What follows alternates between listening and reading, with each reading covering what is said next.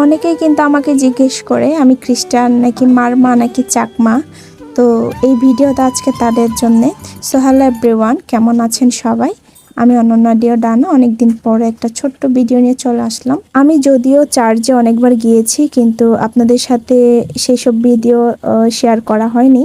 তো চিন্তা করলাম আপনারা যেহেতু আমার ধর্ম নিয়ে এতই কনফিউশনে আছেন, তাদের জন্য বলেই দেই, হ্যাঁ আমি খ্রিস্টান। আজকে অনেকদিন পরে আমি চার্চে গিয়েছিলাম, যেহেতু আজকে শুক্রবার। তো আমার যেহেতু আজকে নাইট ডিউটি, তো ভাবলাম সারাদিন আমি ফ্রি আছি, আজকে কোনো ওভার ডিউটি করব না, আজকে সকালবেলা চার্চে যাব। তো যেই কথা সেই কাজ, শহরে আসার পর থেকে আমার ঠিক মতো চার্চে যাওয়া হয় না।